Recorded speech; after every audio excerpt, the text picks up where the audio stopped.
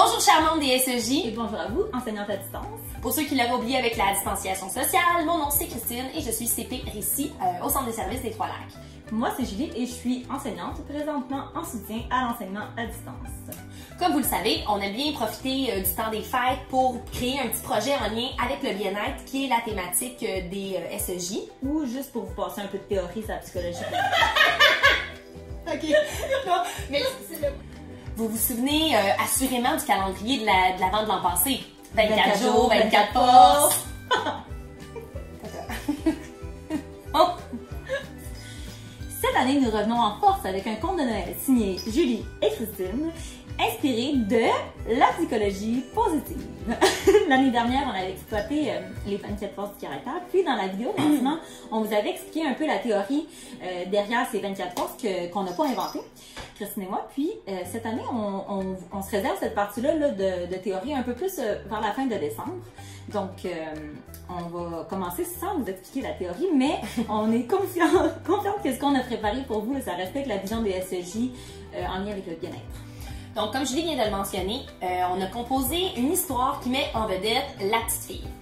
Pas de nom. C'est son nom. Tout au long du mois de décembre, la petite fille va emprunter la route vers un joyeux temps des fêtes. Donc, on vous dit pas trop qu'est-ce qui va se passer au courant de l'histoire, mais chaque jour, il y aura une page du livre qui va être dévoilée sur le Géniali, spécialement conçu par votre CP-Récit, Christine.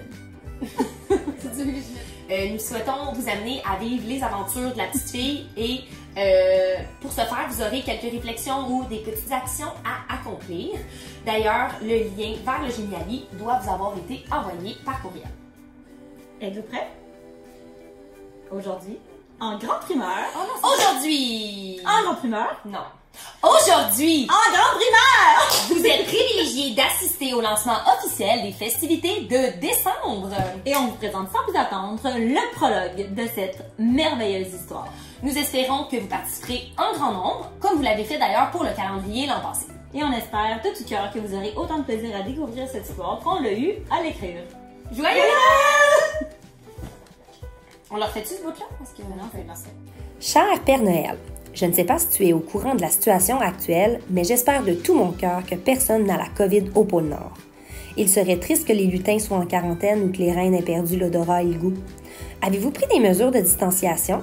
J'imagine que l'attelage des reines est fait pour qu'une distance de 2 mètres soit respectée entre chacun d'eux. Ah oui, et aurez-vous terminé de fabriquer tous les cadeaux 3 jours avant Noël, car il faudra également les mettre en quarantaine pour éviter une 3e vague de transmission du virus. D'ailleurs, comme j'ai été très sage cette année et que j'ai respecté toutes les recommandations du Dr Horacio Arruda et de M. Legault, j'aimerais que tu glisses sous le sapin un cadeau bien spécial. Depuis les derniers mois, j'ai pris conscience que je n'étais pas tout à fait heureuse dans la vie. C'est comme si je n'étais pas satisfaite en général. C'est difficile à expliquer.